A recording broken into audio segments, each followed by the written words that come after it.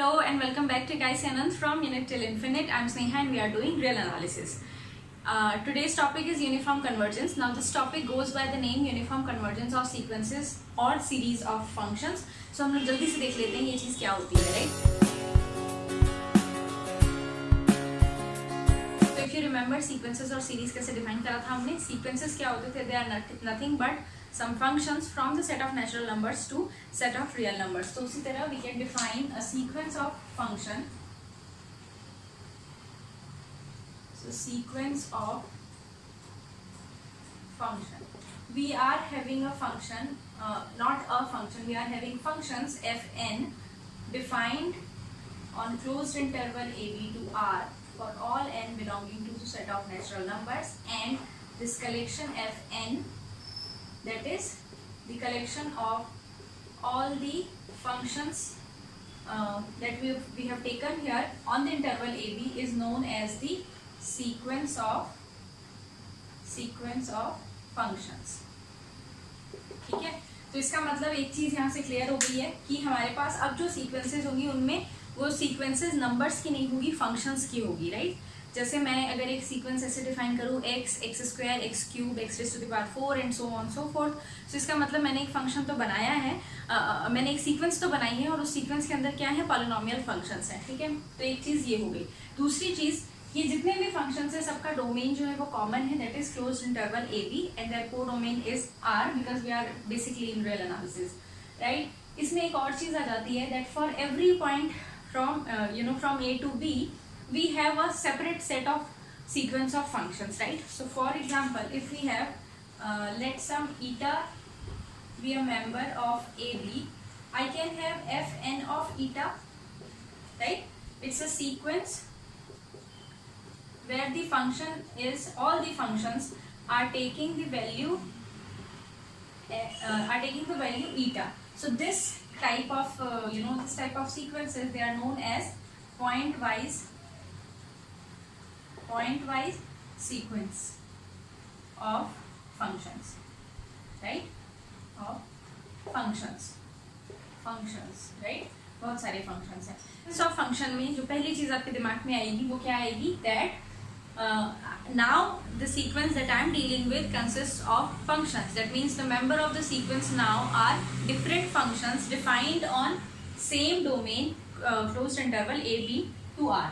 First thing. Second thing, with the help of sequence of functions and the domain जिसके ऊपर functions defined है, I can make a point wise sequence, and this is true for all points belonging to AB, right? So एक point wise sequence कैसे बन जाती है, when I give a particular point between AB, a particular point to my function and consider the corresponding sequence. तो ये हो गई sequence and point wise sequence of function. Next आ जाता है series of functions.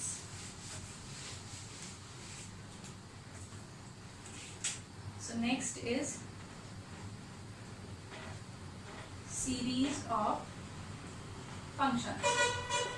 ठीक है, यहाँ पर क्या है, again I have fn from the closed interval a b to r, and now I am defining summation fn on n, that is f1 plus f2 plus f3 and so on as the series of functions, right? Now just as we did in sequences, for any particular point eta belonging to AB, I can have a pointwise series depending on eta, f1 eta plus f2 eta, f3 and so on, known as the point wise series, right? So बिल्कुल उसी तरह जैसे हमने sequence define किया था, यहाँ पर भी मेरे जो मेंबर्स होंगे वो कैसे होंगे, फंक्शंस होंगे. If you remember with a given series I can always make the SOPS. Actually I have to make the SOPS क्योंकि एसओपीएस से ही मुझे सीरीज के बारे में पता चलता है. सो इसके एसओपीएस कैन यू इमेजिन कैसे हो सकते हैं? First term will be f1, second term will be f1 plus f2, then f1 plus f2 plus f3 and so on. So जो एसओपीएस आएगा उसमें भी जो टर्म्स आएंगे वो फंक्शंस ही आएंगे. In fact some of the functions आते चले जाएंगे. For any particular value eta between the given interval I can have a point wise series. ठीक है, तो ये तो डेफिनेशन थी किसकी, सीक्वेंस और सीरीज ऑफ फंक्शंस की। अब हम बात कर लेते हैं convergence of sequences first and then series, ठीक है। सो कन्वर्जेंस यहाँ पर दो तरह की होती है, नाम तो हमने लिख दिया है, ठीक है। If I am talking about convergence here ना, convergence of sequence of functions, there are two kind of convergence, one is point wise and another is uniform, ठीक है। तो कन्वर्जेंस, अगर मेरे पास सीक्वेंस की बात कर रहे हैं हम, तो कन्वर्जेंस सीक्वेंस की दो तरह की होगी, पॉइंट वाइज और uniform. As the name suggest, point wise convergence का मतलब होता है the sequence of function converges for every point in the in the domain, है ना। तो थोड़ा देख लेते हैं पॉइंट वाइज कन्वर्जेंस क्या होता है। सपोज नाउ आई हैव, ये मेरे पास एक सीक्वेंस है ऑफ फंक्शंस, ठीक है, let defined on closed interval AB. So I am doing point wise convergence here. So let I have a point X in closed interval AB. So the point wise sequence is fn x. Now we say that fn x converges to a function fx if for every epsilon greater than 0 and all x belonging to AB there exists an m which depends on x and epsilon such that fn x minus fx is less than epsilon for all n greater than equal to n, ठीक है। तो ये है point wise convergence की definition. Point wise convergence, ये तो देखो definition तो आपको कहीं भी मिल जाएगी। समझने वाली बात क्या है इसमें, समझने वाली बात इतनी है कि you are given with a sequence of functions और on a particular domain which is closed interval AB. अब उस इंटरवल के अंदर suppose your closed interval AB is the interval 0 to 1। उस इंटरवल के अंदर कैसे नंबर्स हैं, एक तो 0 है एक 1 है, and all the numbers lying between 0 and 1, right. Point wise convergence आपको क्या कह रहा है कि you have to put different values on your sequence of function fn। जैसे आप fn में पहले 0 पुट करोगे, फिर एक नॉन जीरो नंबर पुट करोगे दैट इज लेस देन 1, और फिर एक 1 भी पुट करके देखोगे, right. That ways you will get three. If broadly speaking, there are 3 point-wise, point-wise sequences. If my interval is 0 to 1, I can have a sequence fn0. I can have a sequence fnx, where x lies between 0 and 1, and I can have a sequence fn1. तो इस तरह से मेरे पास broadly ये 3 point-wise sequences आ गई। Now I have to check the convergence of these 3 sequences. ये कहीं converge कर रहा है, ये कहीं converge कर रहा है, ये कहीं converge कर रहा है। So this is how we say that the sequence is point-wise convergence. अगर ये सब कुछ converge कर रहे हैं, ये तीनों के तीनों categories converge कर रही है, तो हम कहते हैं point-wise converge तो कर रहा है मेरा function, ठीक है। Now आगे जाकर के आपको पता चलेगा कि ये जो convergence जहाँ converge कर रहा है ना, उसका भी कितना फर्क पड़ जाता है in order to find out whether your sequences uniform convergence और नॉट। तो कुछ नहीं है, आपको गिवन होगा कोई भी इंटरवल, उस इंटरवल पे आपको ब्रॉडली चेक करना है कि मैं अपने इंटरवल को कम से कम कितने पार्ट्स में से डिवाइड करूँ कि सब तरह के नंबर, क्योंकि it's impossible to find out all the point wise sequences between A and B because there lies infinitely many numbers, right? So all you need to do is you need to somehow categorize your interval। जैसे मैंने यहाँ लिखा कि हाँ एक तो हो गया 0, है ना, 0 पे क्या हो रहा है, एक हो गया पूरा 1 पे क्या हो रहा है, बाकी जो बीच के नंबर होंगे 0 और 1 उस पर जो मेरा सीक्वेंस ऑफ फंक्शन है वो किस तरह से बिहेव कर रहा है। तो ये हो जाता है point wise convergence of a sequence. इसी तरह से अगर मैं पॉइंट वाइज कन्वर्जेंस सीरीज की बात करूं, ठीक है, so for series I have this series fn with me on the closed interval AB। तो बिल्कुल उसी तरह से for x belonging to AB, right, I say that fnx converges to fx point wise। मैं point wise उसमें भी लिखना भूल गई थी, point wise है ना, point wise convergence की बात कर रहे हैं। point wise if for every epsilon positive and x belonging to AB there exists m that depends on x and epsilon such that, इसकी कन्वर्जेंस कैसे चेक करते थे, कुछ ऐसे चेक करते थे ना, f1x plus f2x plus fnx minus fx is less than epsilon for all n greater than equal to m।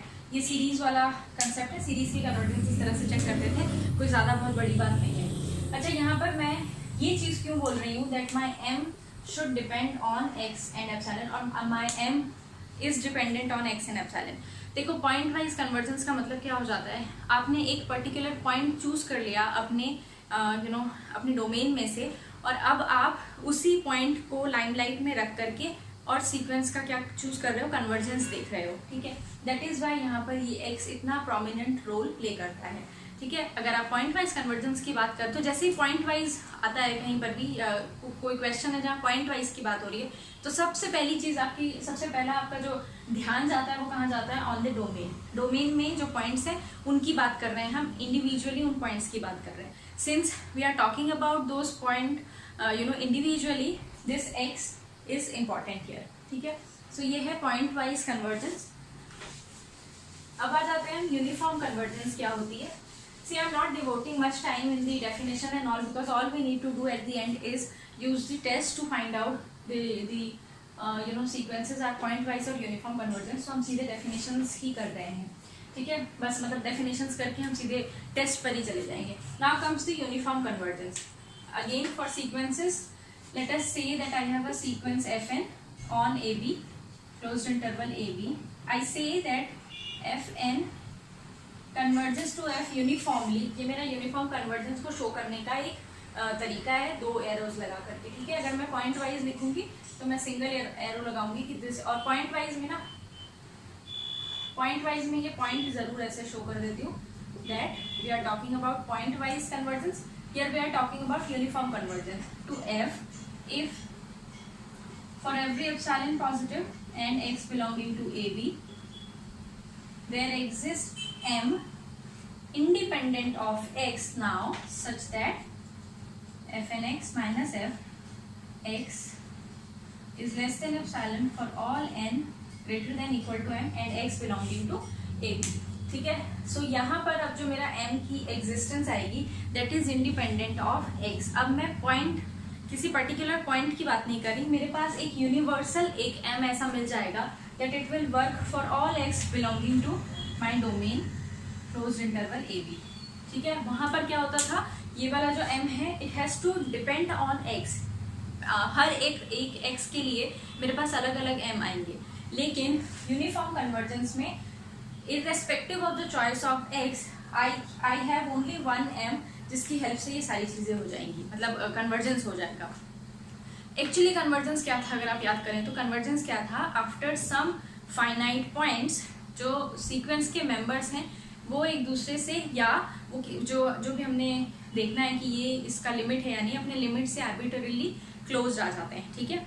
ये थी, यहाँ पर भी बिल्कुल वही चीज़ है। जब हम पॉइंट वाइज की बात कर रहे हैं तो सबसे पहले तो हमें एक अपने डोमेन के अंदर एक्स फिक्स कर दिया है हमने। अब हम कह रहे हैं उस एक्स के लिए मेरे पास after finite number of terms my function is approaching arbitrarily close to each other, or not my function, my sequence of functions, or the members of the sequence of functions they are going towards some fixed function for that point fixed है वहाँ पर, ठीक है। but uniform convergence में क्या हो रहा है, given any number in the domain I have a fixed m, or I can have a m such that for irrespective of the choice of x, after that steps, after m steps n greater than equal to m, after m steps all the members of my sequence are either they will come arbitrarily close to each other or they will come close to the function f, right। so ये है uniform convergence and point wise convergence में जो basic और major difference है, ठीक है। Similarly I can define for the series, so I can say my series fn converges uniformly to f if for every epsilon positive and x belonging to AB, there exists m now belongs to epsilon only such that f1x, f2x till fnx minus fx is less than epsilon for all n greater than equal to m and x belonging to AB, right। so ये सिर्फ इतना सा difference आ गया कि अब यहाँ पर भी मेरा जो m होगा that is independent of x, कोई भी x मैं चूज करूँ यूनिफॉर्मली या यूनिवर्सली मुझे सब x के लिए, डोमेन के सब पॉइंट्स के लिए एक ही m मिल रहा है, जिससे मेरी जो सीरीज है वो कन्वर्जेंस, उसकी कन्वर्जेंस प्रूफ हो पा रही है। ठीक है, सो ये हो गया, ये था मतलब बेसिकली कन्वर्जेंस क्या होता है। ठीक है, फुल देख लेते हैं एक दो, सो दैट थोड़ा ये तो पता चले कि हमारा जो मतलब फील आ जाए कि हमारा फंक्शन, सीक्वेंस ऑफ फंक्शन कुछ इस तरह से। Suppose your sequence is given as it's given as x upon n plus X on the interval 0 to 1। ठीक है, तो अब देखो जैसे इंटरवल लिखा 0 to 1, मैं पॉइंट वाइज कन्वर्जेंस चेक कर रही हूँ। ठीक है, सो मैंने सबसे पहले बनाया fn 0 क्या होगा, so I have to put x as 0, यहाँ 0 पुट करते ही ये सिर्फ 0 आ गया and I know this converts to 0 only. Next for some alpha where alpha is not equal to 0, alpha is not equal to 1 and alpha lying between 0 and 1, so this is alpha n plus alpha.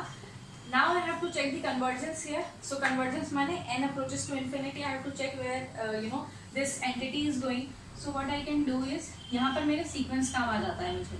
ठीक है, as n approaches to infinity this approaches to 0, now fn of 1, so fn1 this will become 1 upon n plus 1 and again this can be written as 1 upon n 1 plus 1 upon n and it converges to 0. So my function, देखो कोई भी point हमने choose किया उसके लिए convergence तो आ रही थी, ये अलग बात है कि फंक्शन हमारा सेम आ गया बट कन्वर्जेंस आ रही है। In this case we say that this function is point wise convergent on 0 1। ठीक है, तो मुझे 0 1 के बीच में जितने भी पॉइंट्स थे उनके लिए मुझे कन्वर्जेंस चेक करनी थी। ऐसा भी हो सकता था ना कि यहाँ कन्वर्जेंस ही नहीं है, कि कन्वर्ज नहीं कर रहा, उस केस में हम कहते थे पॉइंट वाइज कन्वर्जेंट नहीं है। ठीक है, एक और एग्जांपल लिख लेते हैं। Suppose my function is e raised to the power minus x on again 0 to 1। सो सबसे पहली चीज व्हाट इज fn 0, जैसे ही x को 0 पुट करूंगी this becomes 1 and it converges to 1। Now fn some alpha, this is e raised to the power minus n alpha and I know that as n approaches to infinity e raised to the power minus n will approach to 0। ठीक है, so ये 0 आ गया। for fn of 1 this is e raised to the power minus n only, this approaches to 0। so although the limit functions जो हैं वो अलग अलग हैं, एक 0 फंक्शन है और एक 1 फंक्शन है, but my sequence of function is very much convergent point wise, हर एक पॉइंट पर इसकी कन्वर्जेंस मुझे दिख रही है कि कन्वर्ट कर रहा है। ठीक है, तो ये तो कुछ एग्जांपल्स थे हमारे ये चेक करने के लिए कि पॉइंट वाइज हम लोग एटलीस्ट कैसे देखते हैं। ठीक है, ये मैं इसलिए बता रही थी आपको क्योंकि हमारा नेक्स्ट रिजल्ट जो है it says that if a function if a sequence of function or a series of function is uniform convergent, so it will be point wise convergent,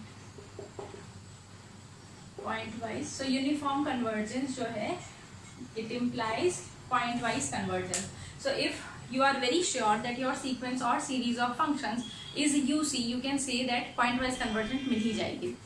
अच्छा, ये इंपॉर्टेंट किस लिए, क्योंकि आपको लग रहा होगा कि हाँ ऑब्वियसली इसमें कोई बड़ी बात तो नहीं। यहाँ क्या होता था, एक m मिल जाता था which is independent of x, which is like better better reason to converge, ऐसा कह सकते हैं ना। यहाँ पर जो m मिल रहा है it depends on each and every x, तो आपको हर एक x के लिए अपना माथा पच्ची करके और m निकालना पड़ेगा। यूनिफॉर्म कन्वर्जेंस में आपको एक m रेडीमेड मिल रहा है for all the x, so obviously it's a better type of convergence ना। बट ये रिजल्ट आपका इस्तेमाल कब होता है, जब आपको इसका कन्वर्स या इसका इनवर्स हम अगर यूज करें। So this implies that if a function is not point wise convergent या non point wise convergence implies non uniform convergence. ठीक है, तो अगर आपको कोई सीक्वेंस ऑफ फंक्शन देख करके पता चल गया दैट पॉइंट वाइज कन्वर्जेंस नहीं है तो यूसी चेक करने की जरूरत नहीं है, you can right away say that the function can not be UC, है ना। तो इस रिजल्ट का इस्तेमाल आप इस तरह से करते हो कि आपको पॉइंट वाइज कन्वर्जेंस देखनी है। पॉइंट वाइज अगर फंक्शन कन्वर्ज हो गया वेल एंड गुड, आगे यूनिफॉर्म कन्वर्जेंस के लिए टेस्ट करना पड़ेगा। बट अगर पॉइंट वाइज पे ही फेल हो गया तो इसका मतलब यूनिफॉर्म कन्वर्जेंस नहीं मिल पाएगी आपको, ठीक है। सो अच्छा, इसके बाद एक और बड़ी अच्छी सी ऑब्जर्वेशन आ जाती है, ठीक है, ऑब्जर्वेशन, और I am trying to connect UC and point wise convergence. देखो, when I am talking about point wise convergence, right, PWC, so यहाँ क्या हो रहा है, for every epsilon positive I am saying that there exist m belonging to x and epsilon, right. So suppose I have मेरा जो function था ना fn, it's defined from AB to R, and इस AB को मैंने for the time being ऐसे लिखा है x0 x1, ये इनफाइनेटली मेनी वैल्यूज होंगी और कहीं लास्ट में जाकर के होगा b, है ना। तो मैं वो लास्ट तो नहीं लिख सकती यहाँ पर क्योंकि मुझे नहीं पता है वो लास्ट कहाँ पर है, बट हाँ मैं इस तरह से पॉइंट लिख सकती हूँ। This means, this particular thing here, it means that you will have some, say you name it m, what, some m0 for x0, है ना, then for some you'll get for x1 some m1 and m2 and so on. So this way, इससे मुझे क्या मिल गया, इससे I am getting a sequence of natural numbers like this. ये एक नई सीक्वेंस है, मैं इसका नाम कैपिटल M लिख देती हूँ, ठीक है, फॉर द टाइम बीइंग। अगर मैं, मेरा फंक्शन जो है वो पॉइंट वाइज कन्वर्जेंट है, तो पॉइंट वाइज कन्वर्जेंस के लिए मुझे हर एक x के लिए क्या मिल रहा है, तो मैंने, मतलब ये बहुत वैलिड काम तो नहीं है जो मैं ये यहाँ लिख रही हूँ, बट हाँ समझाने के लिए बहुत मतलब ठीक है कि अगर मैंने पॉइंट्स ऐसे लिख दिए ना, तो मेरे को हर एक पॉइंट के लिए कॉरेस्पॉन्डिंग एक m मिल रहा है। With the help of these m's I can make another sequence, एक नई सीक्वेंस बना ली। अब ये m कैसे नेचुरल नंबर्स हैं, तो ये सीक्वेंस कैसा हो गया, sequence of natural numbers. Now the very interesting thing about a sequence of natural number is they are all they if they converts to a natural number, right। अब अगर मुझे इस सीक्वेंस का या इस सेट का सुप्रीमम मिल जाता है ना, सुप्रीमम ऑफ m से m डैश एग्जिस्ट, ठीक है, अगर ये सुप्रीमम एग्जिस्ट करता है, ये supremum which belongs to n, तो मैं कहूंगी कि मेरा जो पॉइंट वाइज कन्वर्जेंस है वो यूनिफॉर्म कन्वर्जेंस हो जाएगा। So again this is not for question solving thing, उसके लिए नहीं है ये, it's just to give you a fair idea कि यहाँ एक्चुअली क्या हो रहा है, राइट। सो आपने जैसे ही ये x0 x1 x2 x3 मैंने असेंडिंग ऑर्डर में लिखा था, मुझे असेंडिंग ऑर्डर में सपोज नंबर्स मिल गए हैं m0 m1 m2 m3, तो ये एक इंक्रीजिंग सीक्वेंस हो गई हमारी सेट ऑफ नेचुरल नंबर्स के लिए। या तो इसका सुप्रीमम एग्जिस्ट नहीं करेगा ना, ये इन्फिनिटी पे चले जाएंगे, या फिर एग्जिस्ट करेगा कहीं ना कहीं एक सुप्रीमम। अगर सुप्रीमम एग्जिस्ट करता है तो point wise convergence uniform convergence हो जाती है, ठीक है। सो ये था point wise convergence and uniform convergence. Now if we are talking about convergence, sequences and series, and if we don't talk about Cauchy, तो वो एक तरह से बहुत ही बड़ा पाप हो जाएगा, ठीक है। So Cauchy's criteria for uniform convergence, Cauchy's criteria for UC, ठीक है। तो कॉशीज क्राइटेरिया जैसे वहां पर कॉशी ने कहा था, बिल्कुल वैसे ही यहाँ पर उन्होंने कहा है कि अगर मेरा, if my function converges uniformly, it's an if and only if condition, right। my function sequence of functions converges to f uniformly if and only if for every epsilon positive and x belonging to AB. Of course we are talking about the functions on AB. There exist what, there exist m belonging to n such that f and x minus f क्या लिखूँ मैं, n prime या n plus p लिख देती हूँ, best है, n plus p x into f n x is less than epsilon for all n greater than equal to m and p greater than equal to 1। तो if you remember Cauchy में भी हमने जब मैंने sequences पढ़ाया था तो उसमें मैंने बताया था, कॉशी ने कुछ नहीं बताया था, कॉशी ने ये बोला था if a sequence converges then after certain finite points the terms of the sequence they approach arbitrarily close to each other। तो यहाँ पर भी वो वही बता रहे हैं that after finite terms मेरे जो सीक्वेंस के टर्म्स हैं ना वो आपस में एक दूसरे के बहुत क्लोज आ जाएंगे। नाउ आई डोंट नो कि उसका लिमिट क्या है, बट मेरे को इतना जरूर पता चल जाएगा कि since the terms are approaching arbitrary close to each other, that means ये कन्वर्ज करेगा. So it's an if and only if condition. Similarly you can write this condition for series also. तो मैं वो नहीं लिख रही हूँ, ठीक है, कोई ऐसा काम नहीं होता इसका. अब हम लोग जो मेन काम है इसमें वो कर लेते हैं, that is test. First test for uniform convergence. ये हम कर रहे हैं सीक्वेंसेस के लिए, ठीक है, सीक्वेंस के लिए, also known as MN test. ठीक है, MN टेस्ट. यू हैव, ये सब आपकी प्रीरिक्विजिट्स हैं जो आपके पास होने चाहिए for all n, and I can say FNX यानी पॉइंट वाइज कन्वर्जेंस है आपके पास, ठीक है, for x belonging to AB. इसका मतलब क्या होता है, जैसे ये लिखा हुआ विद सिंगल एरो, इसका मतलब होता है माय सीक्वेंस ऑफ फंक्शंस ये पॉइंट वाइज PWC है, पॉइंट वाइज कन्वर्जेंट है, ठीक है.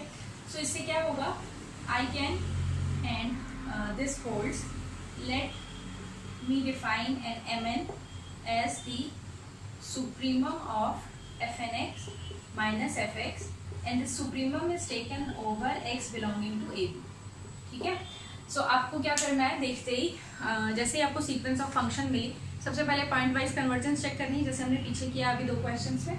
इसके बाद जैसे वो पॉइंट वाइज कन्वर्जेंस में आपको एक फंक्शन मिल जाएगा FX, वो मिलने के बाद आपको क्या देखना है, ये एक MN बना लेना है which is the supremum of FNX minus FX modulus. आप इन दोनों को माइनस करोगे, FNX माइनस FX, ये जो टर्म आएगी x के ऊपर डिपेंडेंट आएगी because this is point wise convergence. तो पॉइंट हर पॉइंट के लिए होगा कुछ, ये आएगा हर एक डिफरेंट पॉइंट के लिए mod of FNX minus FX कुछ आ जाएगा. इन सब मॉड्यूलस जितने भी मॉड्स आएंगे ये डिफरेंसेस के, इनका सुप्रीमम कंसिडर करोगे आप ओवर x. ये जो सुप्रीमम आएगा ना, ये n पर डिपेंडेंट होगा, मतलब हो भी सकता है नहीं भी हो सकता, बट अगर डिपेंडेंट होगा तो n पर होगा, यहाँ x का कोई काम नहीं होगा, ठीक है. तो आपने सुप्रीमम चूज कर लिया. नाउ वी से then this sequence of functions Fn, it converges uniformly to F if and only if Mn converges to 0 as n approaches to infinity. So ये टेस्ट हम लगा लेते हैं. Mn निकाल लिया आपने. Mn निकालने के बाद आपको चेक करना है Mn की लिमिट कहाँ है. Since this Mn will depend on n as n approaches to infinity, if this Mn is approaching to 0, we say that the convergence is UC. So point wise से UC की तरफ हम इस तरह से अपने सीक्वेंस ऑफ फंक्शंस को check कर सकते हैं, ठीक है. तो एक एग्जांपल कर लेते हैं हम लोग जल्दी से इस टेस्ट को अप्लाई करके, 1 या 2 प्रोबेबली, ठीक है. बहुत ही इजी टेस्ट है, अगर आप ध्यान देने लगो ना तो बहुत ही ज़्यादा इजी टेस्ट है. Suppose I am given with, this is an example, suppose I am given with FNX as, let me see, it's given as nx upon 1 plus n square x square, right, on the interval 0 to 1. So सबसे पहला step क्या होगा, step first, you need to find out the point wise convergence. तो सबसे पहले मैं देख रही हूँ FN 0 क्या है इधर, it's 0 converges to 0. then I am checking what is FN 1 या FN अल्फा लिख लेते हैं, 1 भी उसी केस में कंसिडर कर लेंगे, ठीक है. this is n alpha upon 1 plus n square alpha squared. This can be written as alpha by n 1 plus 1 by n square plus alpha squared, and this approaches to 0, right. जिसका मतलब मुझे एक function तो मिल गया, point wise convergence मिल गई, which is of 0. So step 2, step second, I have to make Mn, that is the supremum taken over x of FNX minus Fx.